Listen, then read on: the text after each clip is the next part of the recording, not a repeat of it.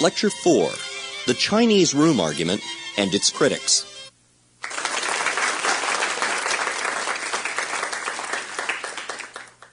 In the last lecture, we considered the Chinese room and began to discuss some of the objections that have been made to it. I want to begin this lecture by saying what I think is at least part of its philosophical and scientific significance, and then we'll explore in more detail some of the objections, many objections that have been made to it, and the way the argument has gone on over now 15 years. It's important to distinguish consciousness, our subjective states of awareness, from our understanding or our ability to represent objects and states of affairs in the world. Philosophers have a technical term for this capacity of the mind to direct itself at objects and states of affairs. It's called intentionality.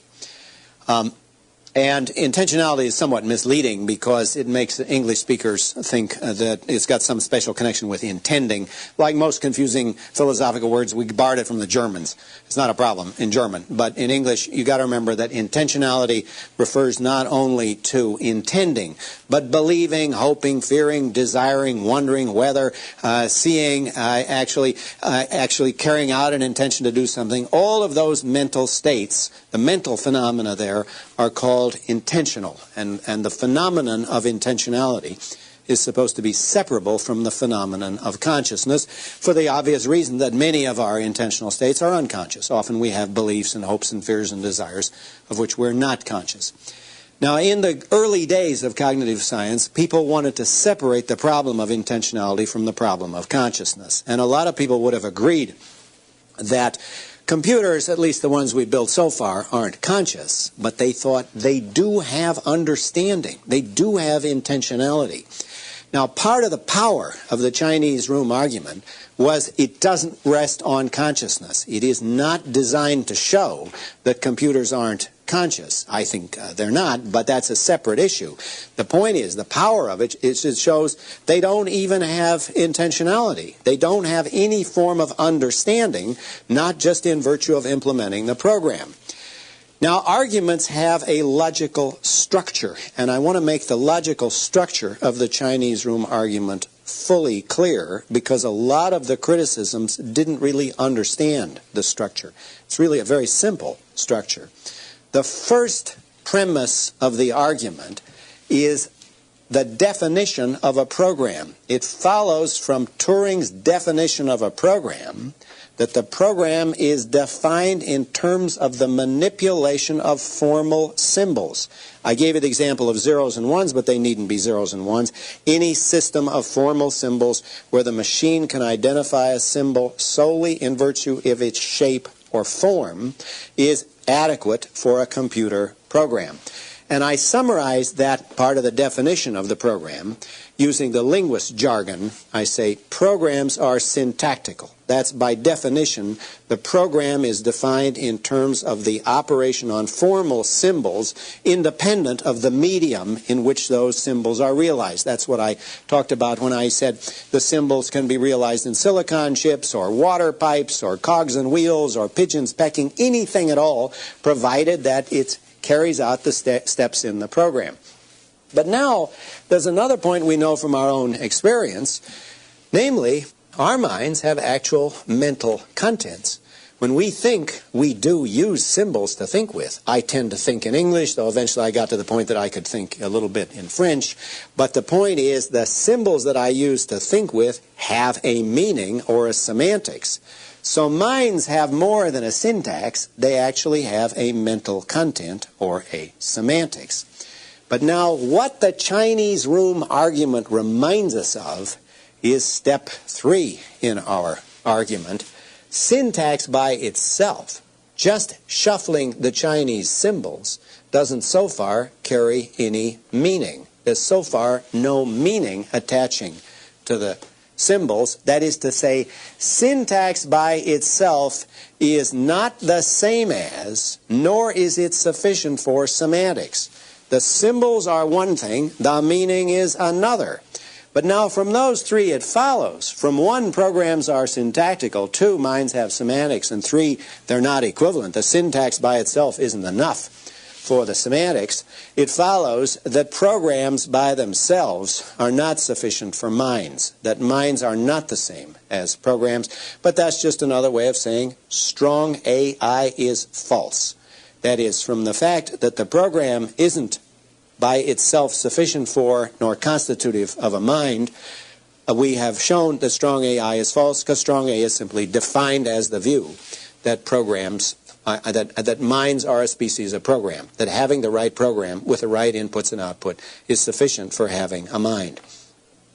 Now, as I said, I thought that was kind of an obvious argument, and I didn't see any reason why it should meet with much dispute. But I have to tell you that it opened a Pandora's box of debates, and those continue.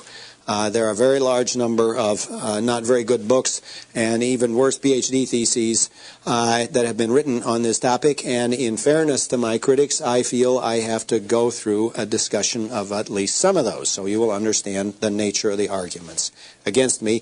And I think that's not just a matter of establishing an argument, but there are genuine philosophical and scientific issues that surround this debate, and I want to illustrate some of those in the course of answering the objections.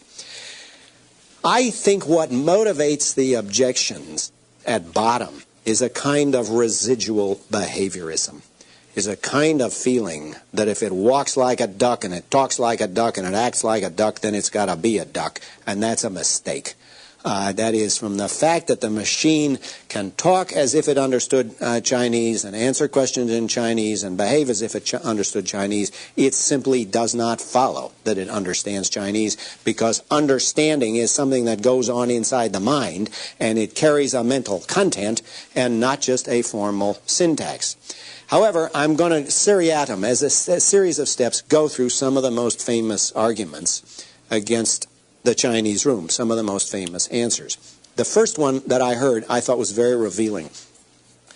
One of the leading figures in the field said to me, "But look, suppose we program you in the Chinese room to answer the question, do you understand Chinese?"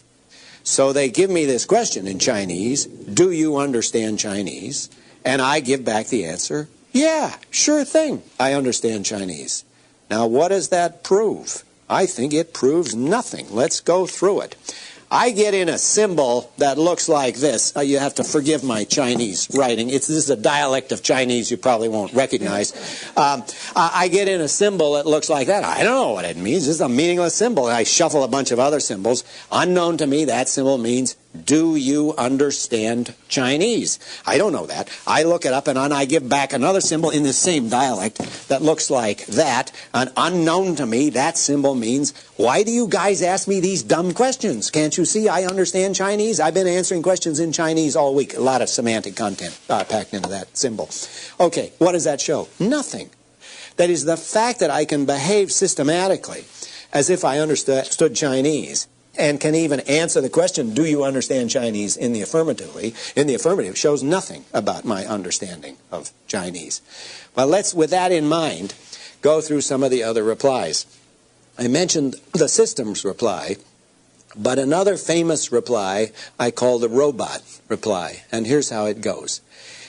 Imagine not a computer in a room by itself answering questions in Chinese, but imagine that we built a robot, and the robot could answer questions in Chinese, but it clanks around in the world. I mean, it actually bangs up against things and lifts things and moves around and walks around. Wouldn't the robot, just in virtue of the program, come to understand the words of Chinese or any other language, because the robot is engaged in causal interactions with the rest of the world? I think the robot is no better off than the original machine in the room. Why? Well, imagine the example that I gave a little bit. I imagine myself in the room.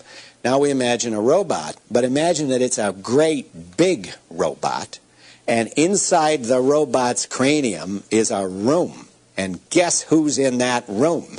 Me. I am in the room, and I get in symbols that come from the robot's television cameras. It's got television cameras, and then it has the transducers that converts the information from the television cameras into a bunch of meaningless Chinese symbols that are meaningless to me. They come into the room, and I process them.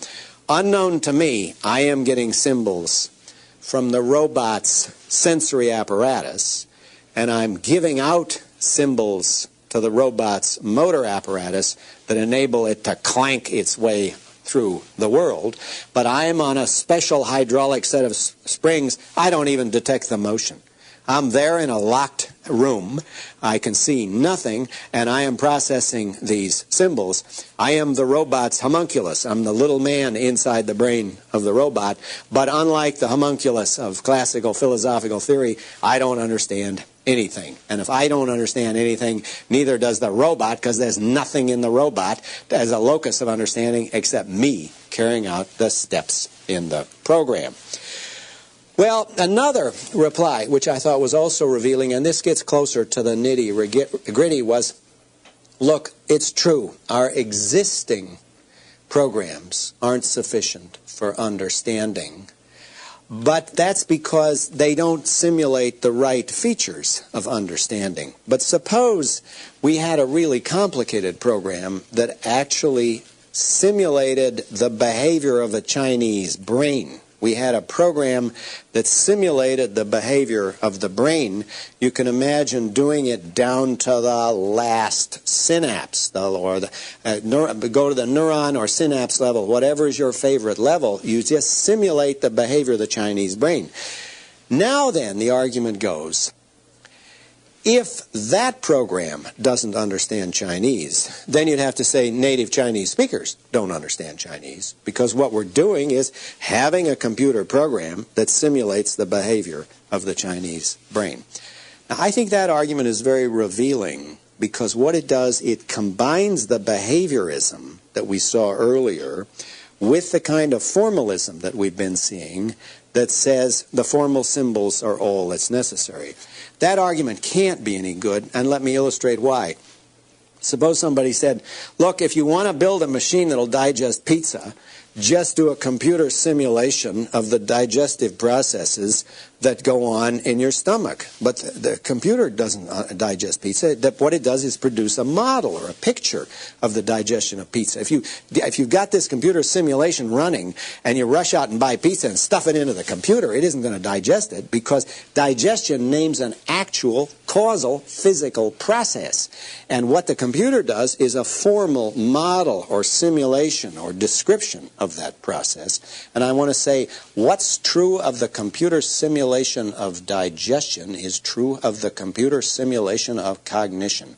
Even if you simulate it right down to the last neuron and synapse, you're simulating the wrong things. That is to say, all that the computer does by definition, because programs are syntactical, is simulate the formal syntactical structure. But when we talk about the operation of the brain, we're talking about very specific causal processes, very specific processes that actually cause states of consciousness, and you don't reproduce those states by doing a formal simulation in terms of symbols. Now, I would have thought that point was obvious, but a lot of people don't see it, so let me hammer it home with a couple of examples. We don't know much about how the brain works. I mean, we're making some progress, but we don't really know very much. But there's some things that we do understand. We understand the effect of certain drugs on your nervous system. Now, not all of them. We don't know why alcohol makes you drunk or aspirin cures your headache. But we know some of the things that cocaine does. And one of the disastrous things it does is that it impedes the capacity of the synaptic receptors in the brain to reabsorb a certain neurotransmitter. It's called norepinephrine. And the effect of this is that because the neurotransmitter isn't reabsorbed, it tends to stay in the synaptic cleft, and this has a dramatic effect on people's state of mind. Okay, so you get the picture. We got this neurotransmitter. It's squirted into the synaptic cleft, and it's, well, I was going to say sloshing around, but we're talking about a small number of molecules. I mean, hardly waves of this stuff, but anyway, it's very small amounts of it. Now, here's the point. We could do a perfect computer simulation of that. That is to say, we get zeros and ones to stand for the different features of the process by which cocaine affects the capacity of the brain to reabsorb neurotransmitters. But the computer simulation doesn't get a cocaine high. And if you have any doubts about that, think of it in terms of actual models. I mean, let's do a computer simulation. Let's do a simulation where we use beer cans and ping pong balls, and let the beer cans represent the anatomical features of the brain, and the ping pong balls different colored ping pong balls can represent cocaine and norepinephrine. Now, this system of beer cans and ping pong balls doesn't feel anything because it hasn't got the right machinery. You can do a model or a picture of the operation of the brain at any level you like, just as you can do a model of water molecules using colored ping pong balls or golf balls, but you can't swim in a whole lot of ping pong balls because what you've got there is a model and not the real thing. And why not? Why don't you have the real thing? The answer is the one thing that's left out of the whole computationalist story: causation. The brain is a causal mechanism. The brain actually causes conscious states. And that's why a picture of the processes by which the brain causes conscious states, even though it might depict or model or simulate anything you like down to any level of accuracy you like, will leave out the essential element if it does not capture the actual thing that brains have. Now, I'm going to add this as a separate premise here because it's going to be important for the argument later. We're going to say, as a matter of how it actually works, we want to say brains cause minds. And that's just a shorthand for saying neurobiological processes in the brain, as far as we know at the level of neurons and synapses, cause all of our conscious life. Keep that in mind because we're going to come back to it. That's an important addition to the structure of the argument. Okay, so far we've considered three objections then: the systems reply that we talked about last time, the robot reply, and the brain simulator reply. Now, in fairness to my critics, I have to say there have been a whole lot of others, and I can't talk about all of them, but I'll talk about the ones I think have been the most influential and the most widespread.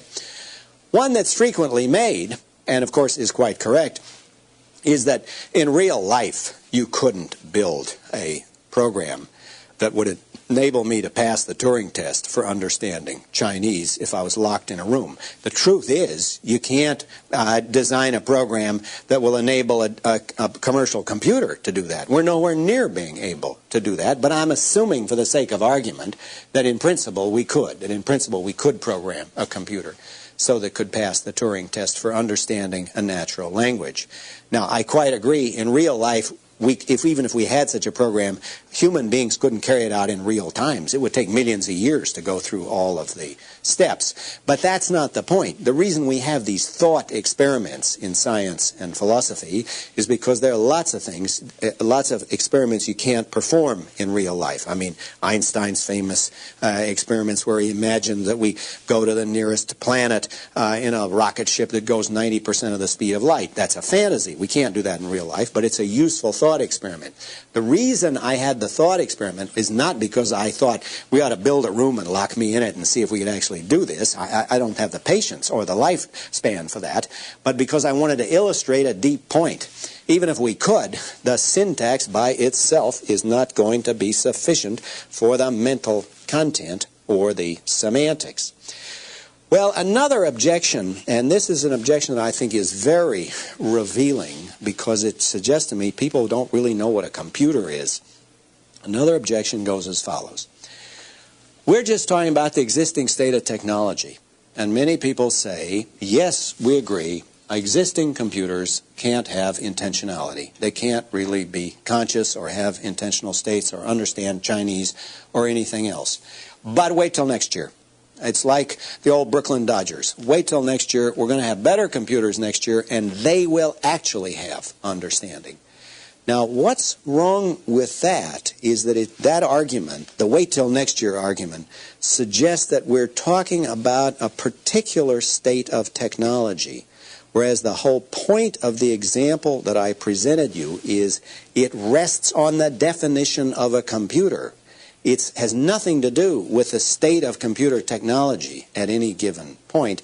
It has to do with what a computer is by definition.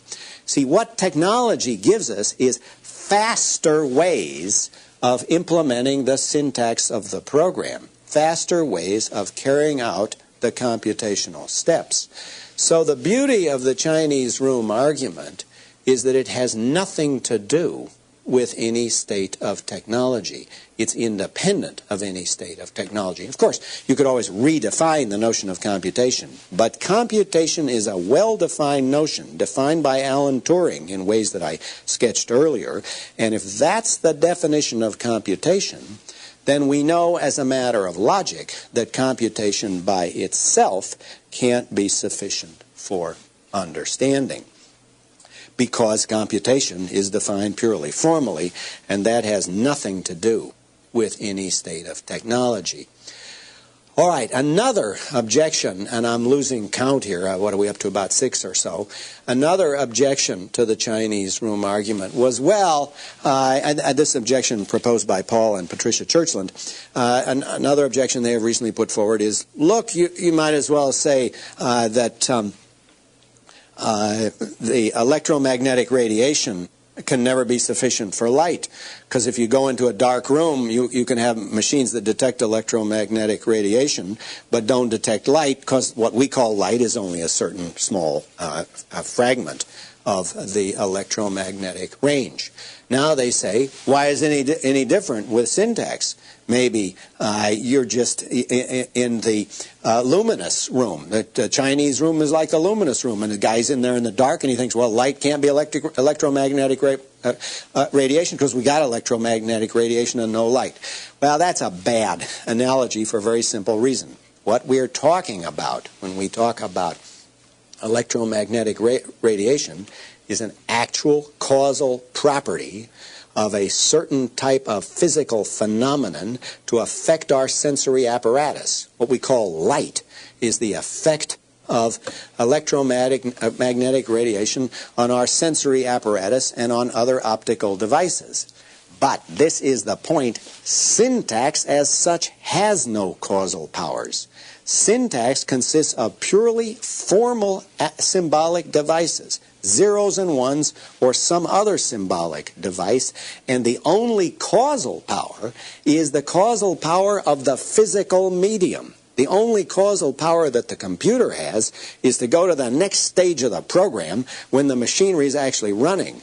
But syntax by itself, unlike electromagnetic radiation, has no causal powers at all. It's only the implementation which has causal powers. See, there's an odd feature that's lost in much of these debates, and I want to emphasize it, and that's this. The brain is a physical organ. The brain is a kind of physical machine, and it has physical machine processes. Neuron firings at synapses are a type of mechanical process. They are a machine process. Ironically, in their urge to be materialistic, the computationalists are not nearly materialistic enough, because computation does not name a physical process.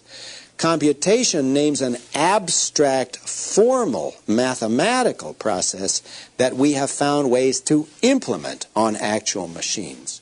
So the kind of computer that you buy in a store is indeed a machine, but it's an electronic circuit. But computation names an abstract mathematical process that you can implement or realize on the machine, but computation does not name a machine process in itself.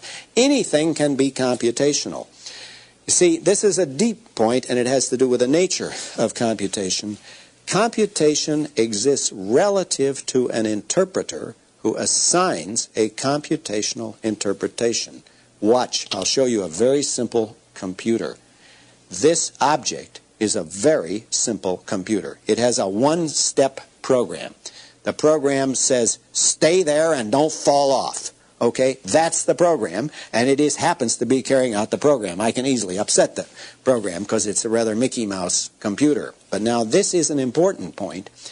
computation is not the name of a physical process in a way that, for example, digestion or vision, human vision, is the name of a physical process. Computation names a formal or syntactical process that can be realized in an indefinite range of different computer hardwares. But that multiple realizability is a clue that we're not talking about something in physics. Computation does not name something in physics or chemistry. And that's the failure of the analogy between computation, which is not a physical process, and phenomena like electromagnetic radiation, which actually are. Well, I'll mention one more of these numerous criticisms. This one is due to Jerry Fodor.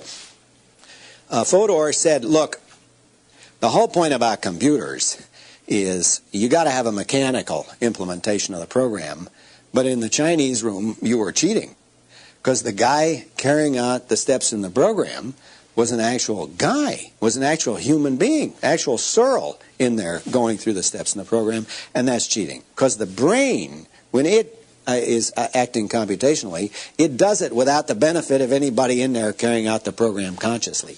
So if you have a conscious implementation of the program, that's not an implementation of the program. Now, when I first read that, I really didn't know whether to laugh or cry for Alan Turing, because remember, this is Turing's definition of that we're using here, and what Fodor in effect is saying is Turing didn't know what a Turing machine was, and that's a very nervy thing to say. You see, here's the irony of this: the word computer has changed its meaning.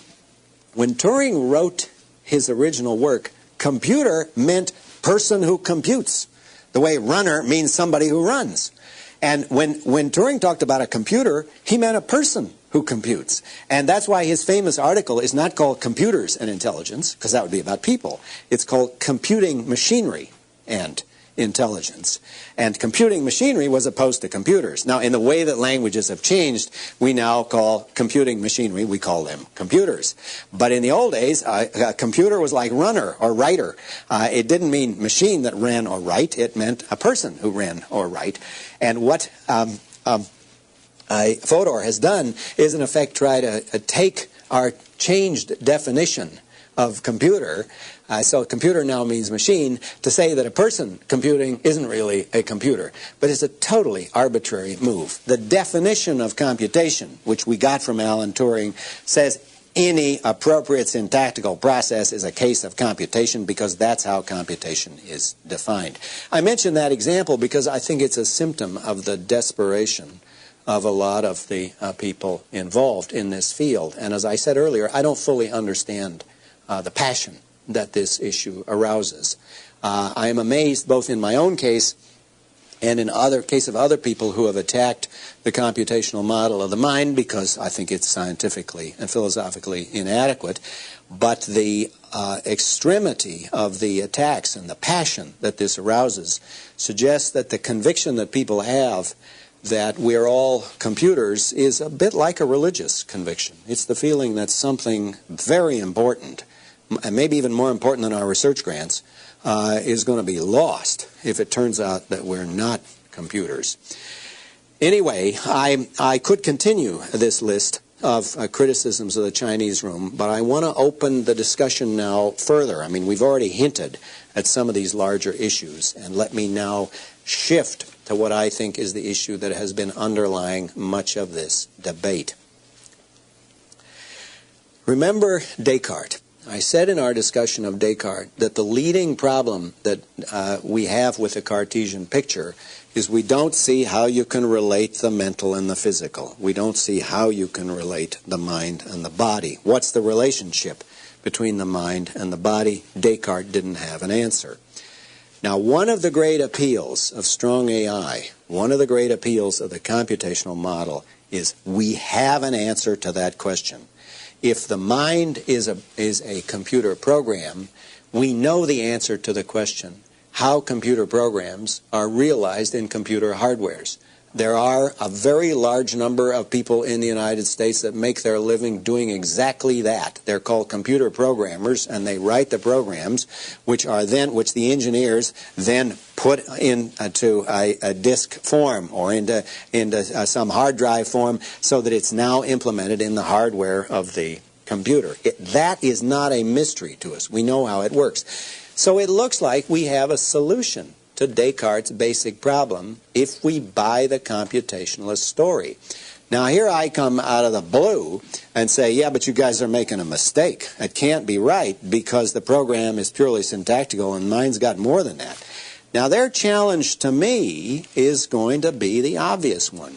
Okay, if we're wrong, what's the right answer?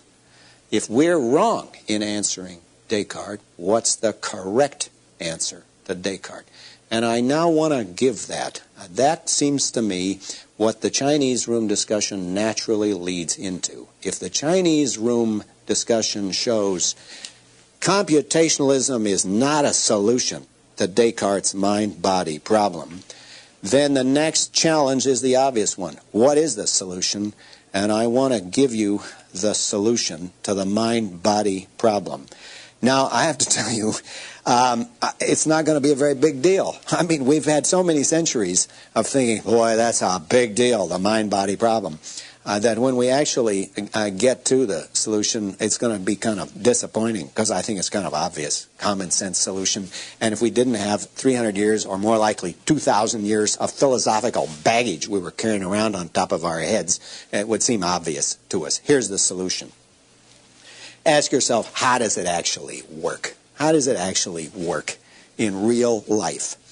Well, in real life, what happens is you've got these sensory receptors. They're in your skin, and you're in your eyeball and in your ear, and these take in irritations. They take in stimuli from the environment. I hit this, and the sensory receptors in my skin pick up, are affected by the solidity of the table in front of me.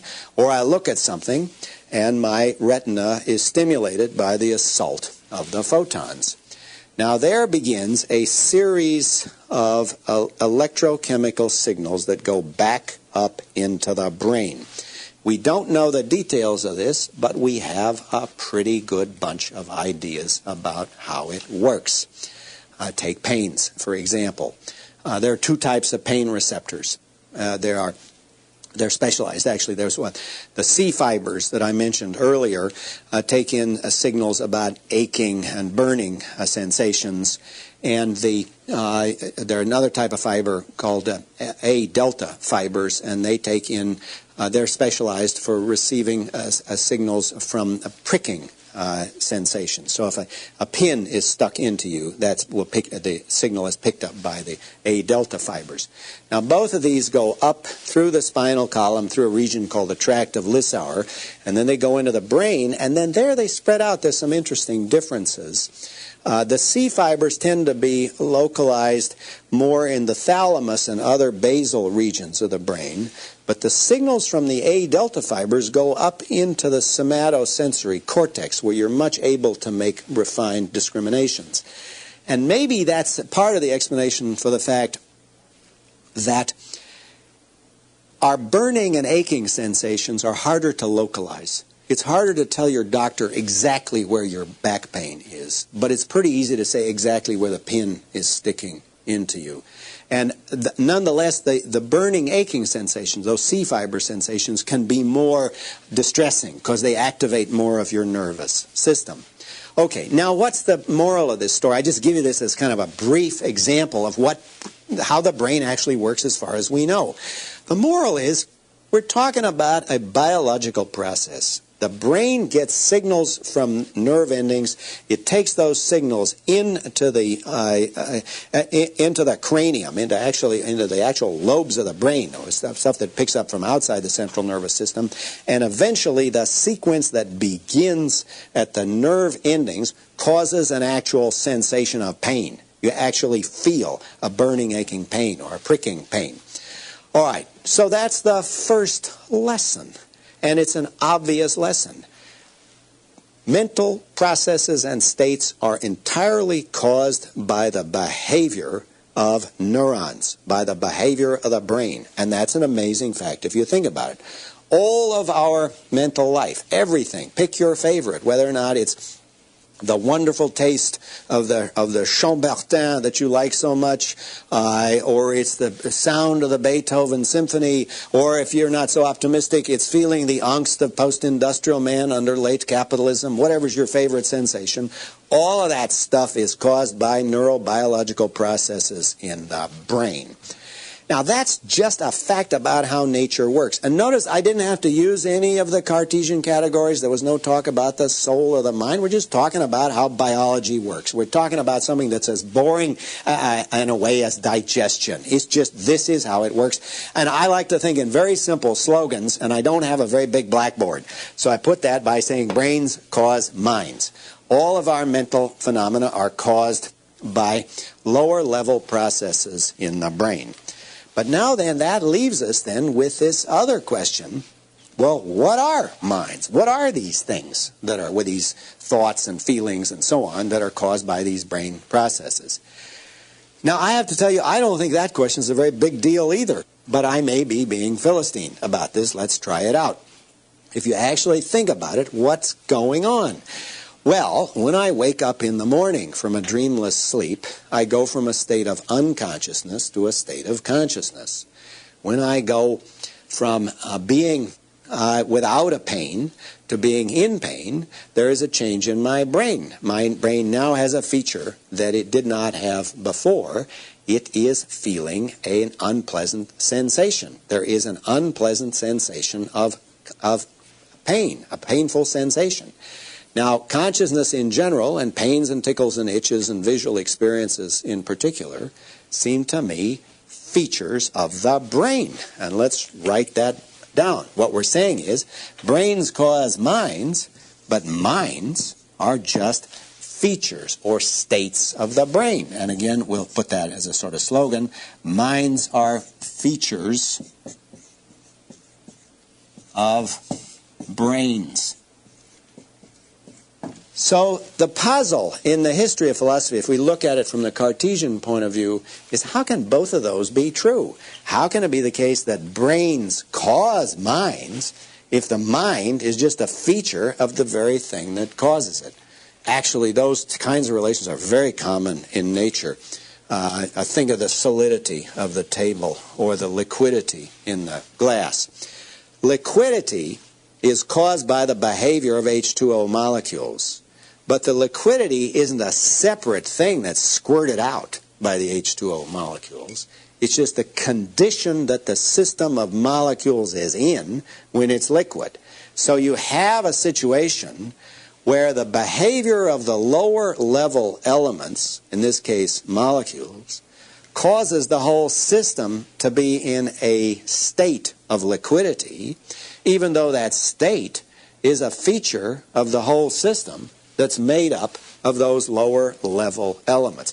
See, this would have driven Descartes out of his mind, because it looked like you're saying, well then, somehow or other, minds are causes of themselves, because if the mind is part of the brain and the brain causes the mind, how can that be? And what I'm telling you is, not all causation works between discrete events in time. It isn't like, first there's an explosion and then the building falls over.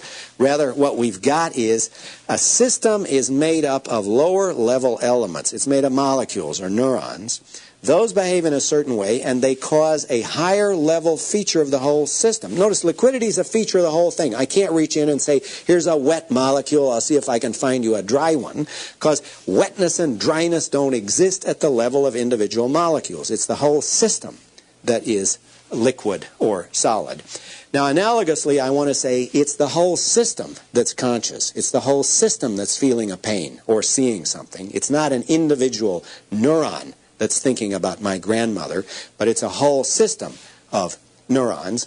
And yet, though the lower level neuronal phenomena cause the system features of minds, the minds are features of the very system whose behavior at the lower level causes those features. It takes kind of a long sentence to say that, but I think the idea is simple, and I think it's what we know from all sorts of things about how nature works. To put it in words of one syllable, The way that we have found nature works is you explain the behavior of big things in terms of the behavior of little things. That's why we're so impressed by the DNA theory of heredity or the germ theory of disease. You got big things explained by the behavior of real little things. Higher level features of whole systems explained by the behavior of lower level elements. So now we've met the challenge that strong AI put to us. The challenge was, if the mind is something other than a program, then how can you solve the mind-body problem? You don't have a solution. And I'm saying we got a solution that's been available almost now for 100 years, since serious work began on the brain. We know that the relation between brain processes and mental states is a causal relation. Brains cause minds. But we know also that what we call our mental life, those are features and events occurring in our brains. So we can say both, and we can say without any inconsistency, brains cause minds, and at the same time, minds are features of brains. Now, I think that is the solution to the mind-body problem. Unfortunately, the easy solution opens the way into a number of very difficult problems, and those problems are, how does it work in real life? That is, how exactly do neuron firings at synapses cause all of the variety of our conscious life? And there we just don't know the details. But now notice what seemed a metaphysically appalling question. How can this be caused by a brain process? How can my states of consciousness be caused by a brain process? That's no longer an impossible philosophical problem. Now it's just an extremely difficult scientific problem. That is, we've gone from saying it's philosophically impossible that the brain processes should cause consciousness to saying we know it happens. It's just going to be very hard to figure out how it works in real life. What we then need is to get out of our obsession with the idea that there must be a quick fix, that some computer program is going to give us the secret to all of our troubles, mental illness, unhappiness, depression, everything, and begin to think how it really works in the plumbing, how it really works in the actual processes in our brain. Let me conclude this lecture with another historical thought, and that's this. If you look at the history of this subject, we have always tried to explain the brain, the most fundamental of our biological organs for explaining the character of our life. We've always tried to explain the brain in terms of the latest technology. We hope to solve the mystery of the brain by appealing to the latest technological gimmick. In my childhood, it was absolutely common to be told, brains are telephone crossbar systems. None of you are old enough to remember the days when a crossbar system was the height of technology. I look back in some of the books. Sherrington, the great British neurobiologist, said, brains are jacquard looms. There are these wonderful magical looms. That was the latest technology. Before that, it was said brains are telegraph systems. Leibniz compared the brain to a mill. It's the operation of a mill. What you're going to do in the 18th century, that's the best technology you got. And I've even found Greek authors who said, the brain is like a catapult. It functions like a catapult. So if you put that in if you put computationalism in the history of the subject, what you find is it's just the latest in a long line of efforts to try to make intelligible to us in terms of some technological device that we do understand, something we don't understand, namely the actual operation of the brain. If there's one thing that I would like to come out of these discussions, out of this whole debate, it's a recognition that the solution to our problem is going to come through a serious, motivated, scientific investigation of how the brain actually works. We will not get the answer to that question by looking at how computers work or how jacquard looms work or crossbar systems or mills. We have to respect the brain as a biological organ. Thank you.